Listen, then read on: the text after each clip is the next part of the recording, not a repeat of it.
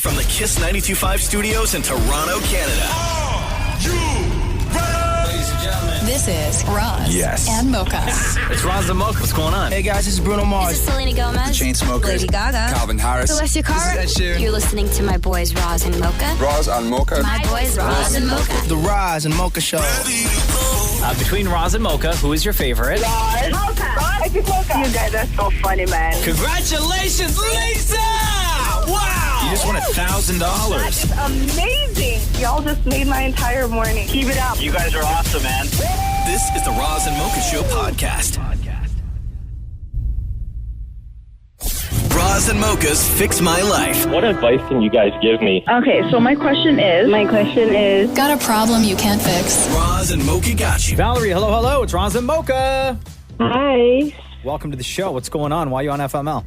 So how do I set boundaries with my mom without ruining our relationship? Oh, wow. Valerie, you wrote it says, hey, Roz and Mocha, fix my life. After my divorce, I moved back home due to COVID, as I couldn't afford rent with my job as a supply teacher. I live in my parents' basement and pay reasonable rent, but my mom still treats me like I'm a teenager. She constantly asks me where I'm going, when I'll be home, and gives me judgmental looks. While I understand her worry, I'm an adult and need more independence. I've tried talking to her about boundaries, but it always ends up in arguments. Moving out is tough with high rent. So how can I set boundaries without damaging our relationship, especially as they are immigrant parents? How old are you? I'm 32. How long were you married for? 11 months. Okay. And During that time that you were married, was your mom still very much clingy like this and asking No. you all about your business and where you're going and what y'all are doing and stuff? No, she wasn't. And I also wasn't living here at the time. did your mom approve of your marriage? Yes, she did. She did. Very much. Does your mom understand why it ended? Yes, she does. She does. Is she on your side? Sometimes. Sometimes, but not all the time. Not all the time. Okay. I think, Is your dad still in the picture? yes. What's his take on everything? Does he act the same way as your mom? No, my dad's very nonchalant. So he's a dad. He doesn't really care what I do. Okay. And has your mom been this way ever since you were a kid? Yeah. All right. So she knows how to push your buttons, right? Parents can be unbelievably manipulative, and it sort of keeps them important in your life, right? And parents know exactly what to do if you have those types of parents. I will say that with the failed marriage of 11 months, sometimes she's on your side about it, sometimes she's not. Your mom may have the attitude of, I'll treat you like an adult when you start acting like an adult. Right. I think sometimes that's it too. And, she's looking at you, a failed marriage in her eyes, right? Maybe she thinks that makes her look bad. I don't know. Can't afford a place to live, so you're back living in their basement. So your mom may have that attitude very much of, I'll treat you like an adult when you start acting like an adult. It's possible. I mean, we have a pretty good relationship, and there are times when I could see that she tries to back off. Some of it, I feel like maybe she just wants to stay relevant and wants to hear about what I'm doing.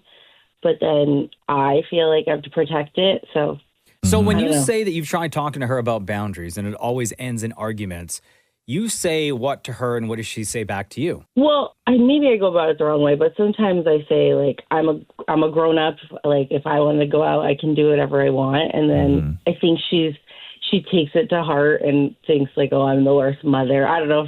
Immigrant parents, if you say anything to them, everything's an attack on them. So it's just kind of like that. And then I think because she knows how to push my buttons, I get defensive too. And then we just start at each other. So it's so frustrating because I do want to tell my mom things and I do want her to be in my life, but then I just have this crossroads where I don't know what to do here. Yeah. Have you been saving up to move out, to be able to move out at all? I have. Yeah. The thing is, I love my family. We're really close. So I do, and I don't hate living here because obviously it's cheap. But I don't know. Do they want you there? Yeah, they do.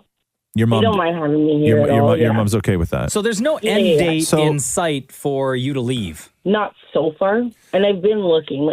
I'm not just sitting here never. Yeah. I do have I have email notifications. I see when things come up, and it's just like, it's insane. It also sounds to me that when you do have these conversations about boundaries with your mom, they come off the back of an already existing argument that's taking place. Probably, yeah. And then there's no resolution, and you both leave the conversation upset. You're already in a fight, right? Like that's not the time. That's not the time to have that conversation. Yeah, because that's true. because that's not what you're fighting about in that moment. So you're so by fighting about one thing and then bringing up something else, then you're fighting two things, right? You can't have the boundaries conversation and about how she makes you feel on the back of an argument that you guys are already having. Yeah, it's not going to work. True. It's not going to work. Yeah. It will never work. So I think that the first thing you should do is sit your ma down when you're both chill. When you both had a great day, don't do it while you're already fighting. You're not going to accomplish anything by doing that. If you have any hope of having a proper grown up adult conversation with your mother, you got to do it at a moment where you're both chill. Oh, maybe that's why she doesn't treat me like an adult. I keep fighting with her when we're fighting. Yeah, but I also think that you're coming into this with a little bit of resentment, and some of it is warranted. But I also, you got to think that your mom's in a position where you're sort of forcing her to still mother you. But just by being there, she may feel that way. She wouldn't be acting this way if you didn't put her in a position to act this way. And, it is still her house, and she still has house rules, regardless of whether you've been married or not, regardless of whether you're in your 30s. And when you don't follow those rules, even though they may be completely outlandish, she sees it as a sign of disrespect. And then so she's like, you're going to come into my house. I'm going to open my door because I love you and you're my kid, but yet you're going to come in here and disrespect me? Right? So you got to have this conversation outside of those moments. Yeah. Well, that makes sense. Does that help, Valerie? It does help, actually. Yeah. Okay. I think, we need a conversation. So, because I love her, and obviously, tell her all this. Tell her all this, but just don't tell her during a fight. Yeah. All right, Valerie. Love you. All the best. Love you too. Thank you so much. Roz and Mocha's Fix My Life on Kiss.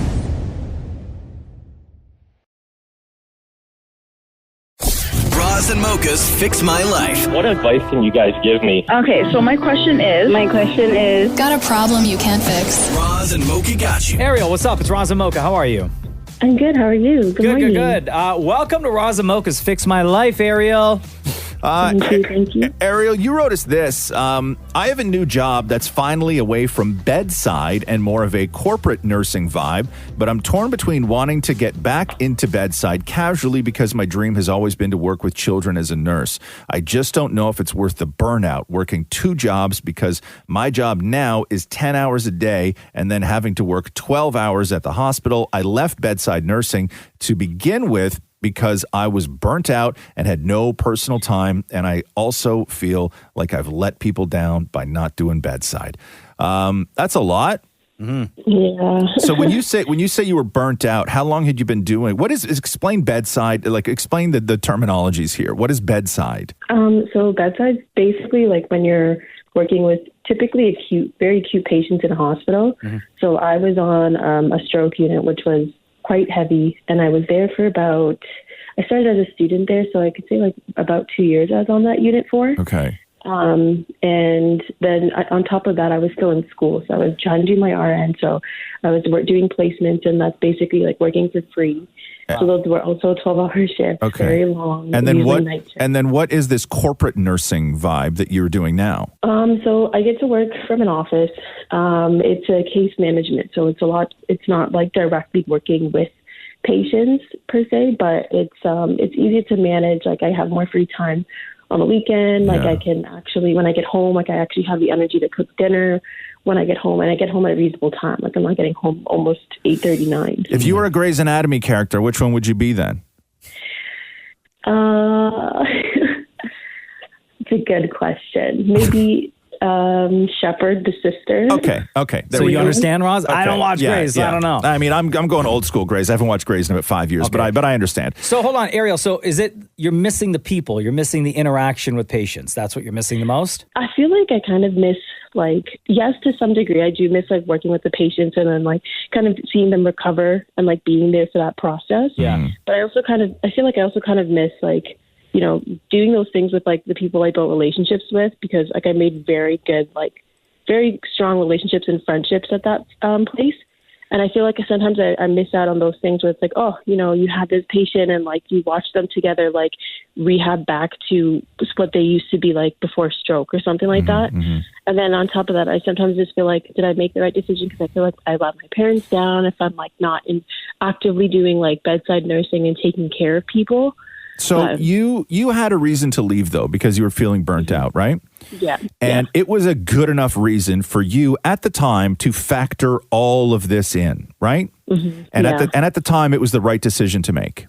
Yes. Okay. Now that you're out of it and you're not feeling that same burnout, you're not feeling the sort of overwhelming, you're not feeling like you're drowning every day. Those feelings have kind of gone. Mm-hmm. And now what you're doing is it's like when you're dating a really terrible guy and it's fighting nonstop. And then you break up and you haven't had a fight in a while and you're like, oh, I sort of miss him. But if you go back, exactly how you're going to feel. Yeah, that's actually very true. And I think that you've put enough distance between yourself and that burnout that the burnout no longer hurts. But I think that what you're doing is trying to convince yourself to go back to it without remembering fully why you left. Mm-hmm. Like you're guilty, like you're guilting yourself into it now. Yeah. Instead of focusing on the job, how about you focus on some of those positive things that you mentioned outside of the job, the free time that you have now, the time when you can get home at a decent hour where you can make dinner, or a decent hour where you can meet up with friends, or on the weekends that are a little bit more freeing where you don't necessarily have to go out, but you can just like lounge around and do nothing at home and catch up on your sleep and just like do stuff strictly for you. Why not focus on that stuff as opposed to what might happen if you go back to bedside, or what might happen if you stay in this corporate role that you're in? I think you're focusing too much on, which is fine, the work aspect, and not focusing more on why you left that in the first place, that bedside in the first place, right? And all the advantages that you have in your personal life now because of it. Yeah, that's actually a really good way of looking at it. Mm-hmm. Okay. Yeah, it's tough. Just don't think that you made the wrong decision when you left, because I think that that's what you're trying to convince yourself of right now, is that you made a mistake. But you have to understand that at that time, when you thought you were doing what you, like your calling, like what you were destined to do, you had enough on your plate and on your back that you decided to leave that. And you made that decision based on the evidence in front of you and how you felt, right? Don't drag yourself into this thing that you made a decision because you were weak. You didn't make a decision because you were weak. You made a decision because you were smart. Thank you. And also be proud of the work that you're doing too right now. Like you're still helping people. You're still making a difference. Yes, and I really do enjoy it. Like I've also built very strong friendships there as well, and it's a very interesting job where I can still learn a lot while using my skills, which I do enjoy. Mm-hmm. Focus on the positives, okay, Ariel? I will. All right, Thank you. All the best. Thank you so much. Have a great day. Roz and Mocha's Fix My Life. What advice can you guys give me? Okay, so my question is, Got a problem you can't fix? Roz and Mocha got you. Ooh, Natasha, got relationship problems. Why are you here on FML? Oh, goodness. Okay, so how do I break free from a toxic relationship and finally move on? Natasha Rose says, hey, Roz and Mocha, fix my life. My dating life is a mess. I had a toxic on and off relationship with someone for 2 years. We fought constantly, but still clung on to each other. He pushed me for us to move in together, but I wasn't ready. Eventually, he moved to Nova Scotia in January, and we stayed in touch. He's planning to move back to Ontario, where you live, at the end of the summer, but I can't seem to let him go, even though I know it's not working. In the meantime, I started dating someone else, but it feels empty. He barely texts, and the relationship feels more one-sided than ever. I haven't been able to bring myself to end things, even though I know it's over. I'm stuck and need help figuring out how to move on. Okay, so break some of this down here for us. When you say it was a toxic relationship, give us some examples of how you feel it was toxic. Okay, so there was many, many times. Actually, I just woke up to a text message. So my birthday was on Saturday, and I just woke up from a text message from one of those guys, the guys that's moving back from Nova Scotia. Your ex. Yes. and he is upset that he wasn't able to call me on my birthday, that I didn't make time for him on my birthday. And it's always been like that. Apparently, I don't make time for him. He knows that I have a lot of responsibilities, that I'm very busy with work, that I text him when I can, and I always do throughout the day. But he has so many high expectations. Why? Pause for 1 second. Why does your ex-boyfriend still think he's your boyfriend? I really don't know. And I've actually said out loud to him on the phone and via text message that we are not together. You are in a completely different province right now. I have no intention of working the relationship out with you when you're not even in the province. Is the relationship over or is it on pause? I want it to be over. He thinks it's on pause. But you haven't had that over. conversation yet to say that it's actually over outside of the text that you sent to him. No, not really. So, so why are you surprised by this then? I guess I'm not. Okay. And I don't know how to actually word that in a way that, dude, we're not together, and I do not want to be with you. Okay. So, say it exactly like that. Yeah. Yeah? Okay. Yes. I didn't know if that was harsh. No. I'm one of those Harsh? people. Yo, you already moved on and started dating some next man. I know, and I'm like, I don't know if I'm being harsh. I don't know if I'm being mean, but at the same time, I need to worry about me. Okay. Does he know that you have a new boyfriend? No, he does not. So Natasha. Yes. Okay, you're the problem. Yeah. I Natasha, know. you're dating two guys. Yeah, essentially. And you're trying to say that everything is toxic and you're overwhelmed. And this is all designed by you. Yeah. I mean, I have the complete control to completely just stop talking to these guys, both of them, really. Does your current boyfriend know that you have a boyfriend in Nova Scotia? No, he doesn't. Okay, Oh so my God! Natasha, Girl! Natasha, you're the problem. Yeah. No, I definitely am the problem for sure. And I think what I need to do is tell them both straight out, I'm not interested in either one of you two, and block them. Okay, no. You're still trying to be like poor me in all of this. Okay. Yeah. You don't get to do this is all, you're too much for me in all of this. You're the one that's too much. Okay. How do I do this then? How honest do you want to be? Very. I want to be extremely honest with both of them. Okay. So, current boyfriend living in Nova Scotia. Exactly what would you say to him? I would literally just tell him, I'm sorry. I do not want to be with you. Our relationship was very tough. We were screaming and yelling at each other throughout the entire relationship as well. Okay.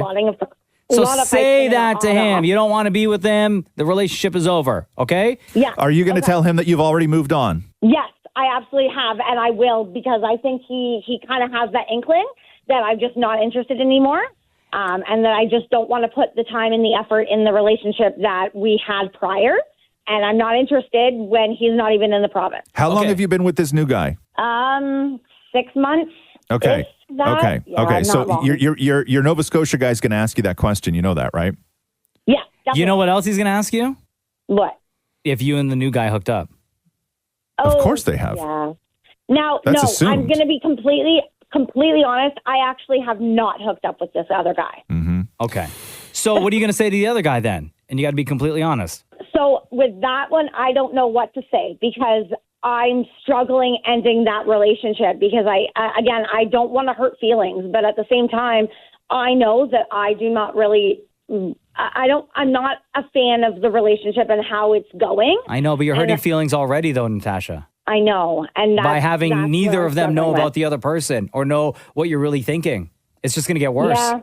Yeah, it is. And I think I just need to be completely honest and tell the guy in Nova Scotia, I'm truly not interested in the relationship anymore. I'm moving on. And then I tell the other guy that I'm dating at the time, like right now, and say, I'm not interested in this relationship because it's not going the way that I want it to go. Also because I have a whole other boyfriend. Yes. Also that. Yeah. Yeah.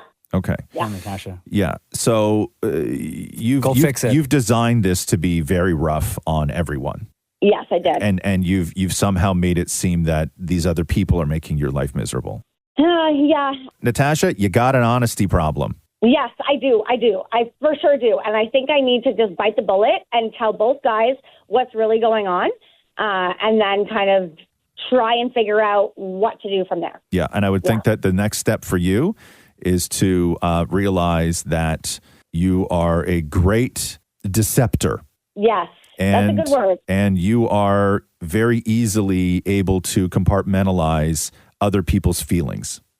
And you are not an honest person. Yeah, you're completely right. I'm not, and I think I need to, grow some kahunas there, and actually do what I need to do and be honest with both of them. Yeah. And then be honest with Myself. Thank you. Boom, you just fix your own life.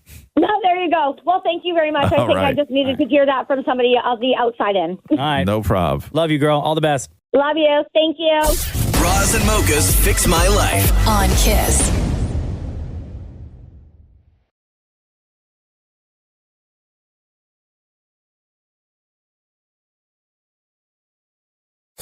Roz and Mocha's Fix My Life. What advice can you guys give me? Okay, so my question is, Got a problem you can't fix? Roz and Mocha got you. Allie, hello. It's Roz and Mocha. hi Mocha, how are you? Good. How are you, girl? I'm good. Are you, though? Why are you here? You're on FML for a reason. Oh yes, how can I handle the heartbreak of daycare drop-off? Oh, my God. Euro says, hey, Roz and Mocha, fix my life. I've been struggling with a lot of anxiety lately about going back to work and leaving my baby at daycare. And yeah, that's a tough one. Drop-off's a tough one. Yeah. First one, we assume? Yes, yeah, Boy or girl? a boy, What's his name? Luca. How's Luca doing? Is he all right? He's great, yeah, happiest kid ever. Yeah. We've always said this. It's a lot tougher on the parents than it is for the kids. Like the kid is going to thrive. They are going to go into that environment like they own the place. You know, like they're going to be fine. They're going to make friends. They're going to cuddle up with their teacher. It's going to be fine. It's the parents that go through all the big emotions. You're gonna go through two things, okay? And one actually hurts more than the other, which is the first couple times for the first while, depending on your kid, but most likely you're gonna go to drop your kid off, and your kid is gonna be in tears, and your kid is gonna think that you are abandoning them. And your kid is going to be there with a stranger hanging on to them while they watch you turn your back and walk out while they're in tears. Okay? And that's going to hurt like hell. And Allie, you are going to cry. Because I remember the day we took Cruz to daycare for the first time, drop off. I cried. Okay. Yeah. And you will. And you will. However, what actually hurts more is when it flips and you bring your kid into daycare and you walk through the doors and they bolt and they don't hug you and they don't kiss you and they don't say goodbye, and you were standing there alone while they go and live a great life without you. Yeah. And you are nobody to them at drop off. That first time when you walk through those doors and they are so excited to be there that they don't even turn around to say bye, mom, that hurts more. Interesting. Yep. I remember, Allie, at one point, because Cruz was only doing half day. Yeah. And I would go pick him up after work, and then we would hang for the afternoon. Right. And I remember, to your point, Roz, the one day I went to pick him up from half day, and he started crying because he did not want to come home. He wanted to stay. Yep. No. And we went through that for a week or so until had to send an email to the school being like, all right, how much more for full day? Yep. Even though the rest of the day included, after lunch was a nap, you wake up, they play for a little bit, and then it's school pickup 30 minutes later, right? Yeah. But he just got used to that environment, the other kids, the people, the teachers. That's nice. But you're going to be fine. It's going to be a lot more difficult and heartbreaking for you. You're going to cry on your way there. You're going to cry seeing him go in. You're going to sit in the car for a couple of minutes, and you're going to cry. Probably. You're probably going to cry on your way to work and or home, and you're going to cry a couple more times throughout the entire day, and you're going to feel lost because you don't know what your day is going to look like without Luca there with you. Oh, I know. He's my whole life right now. I don't know how I'm going to change that. But that's okay. It's you're not the only one. You're allowed to feel those feelings. Don't, right? Allow yourself to go through the emotions, but just know that the people that Luca is going to be with throughout the day, they're going to care for him the way you care for him, and they're going to take real good care of him, okay? Yeah. Thank you guys so much. That helps a lot. All right, girl. Catherine's trick was always whenever Roxy would freak out or be upset after, daycare or just wailing in the car. Catherine's number one trick, and it was foolproof, was always just a small box of French fries in the cup holder. Oh, that's so smart. Yeah. She would, if she knew Rox was having a terrible day, she would show up with a small box of fries in the cup holder. Oh my God, that's awesome. That's a great tip. And that it didn't happen every day, but when it did happen, it was absolutely needed, and it was the only thing that worked. That's amazing. Yeah. That's amazing. Thank you guys so much. Of course, Allie. We got you always. If you need anything else, you know how to reach out, okay?